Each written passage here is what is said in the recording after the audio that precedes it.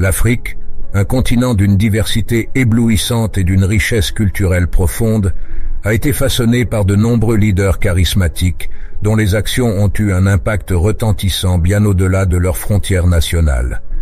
Dans ce documentaire, nous plongeons dans les récits de 5 de ces figures exceptionnelles, qui ont non seulement dirigé leur peuple à travers des périodes de changements monumentaux, mais ont également posé les jalons pour l'avenir du continent.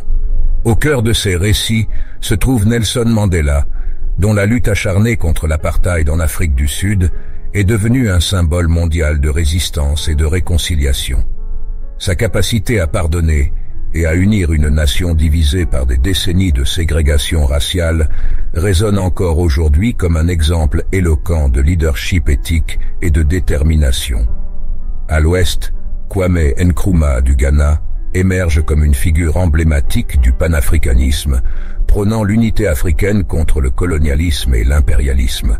Sa vision d'une Afrique libre et unie a semé les graines d'une prise de conscience continentale qui a galvanisé les mouvements d'indépendance à travers l'Afrique.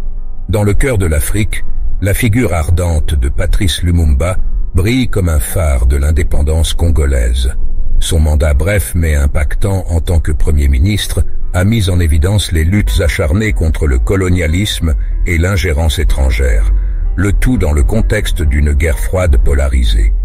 Vers l'Est, Julius Nyerere de Tanzanie est vénéré pour son approche humaniste du développement, incarnée par sa politique d'Ujamaa, qui visait à créer une société basée sur l'égalité, la justice et l'autosuffisance, tout en préservant l'intégrité culturelle et sociale de la Tanzanie.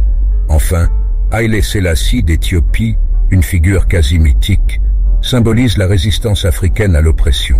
Sa gouvernance, marquée par la modernisation et l'opposition à l'invasion italienne, a inspiré non seulement ses compatriotes, mais aussi des communautés à travers le monde, notamment le mouvement Rastafari. En retraçant les parcours de ces 5 leaders africains, nous découvrirons comment leur vision, leur lutte et leur triomphe continuent de façonner l'identité et l'avenir de l'Afrique. Ce voyage à travers l'histoire et l'héritage africain offre une fenêtre sur l'esprit indomptable d'un continent en constante évolution, tout en rendant hommage à ceux qui ont marqué de leur empreinte la marche vers la liberté, l'unité et la prospérité. Numéro 1. Nelson Mandela, Afrique du Sud. Nelson Mandela, figure de proue de la lutte contre l'apartheid, est resté 27 ans en prison avant de devenir le premier président noir de l'Afrique du Sud. Son leadership est marqué par la résilience et un engagement inébranlable pour la justice et l'égalité. Mandela a joué un rôle crucial dans le démantèlement de l'apartheid, menant des négociations pacifiques qui ont abouti à une transition démocratique en Afrique du Sud. Sa présidence a été axée sur la réconciliation nationale, la vérité et la réparation, cherchant à guérir les divisions raciales et à bâtir une nation arc-en-ciel unifiée et inclusive. Numéro 2. Kwame Nkrumah, Ghana. Kwame Nkrumah, fervent défenseur du panafricanisme, a conduit le Ghana à l'indépendance en 1957, devenant son premier président. Il avait une vision panafricaine, aspirant à une union politique et économique des États africains.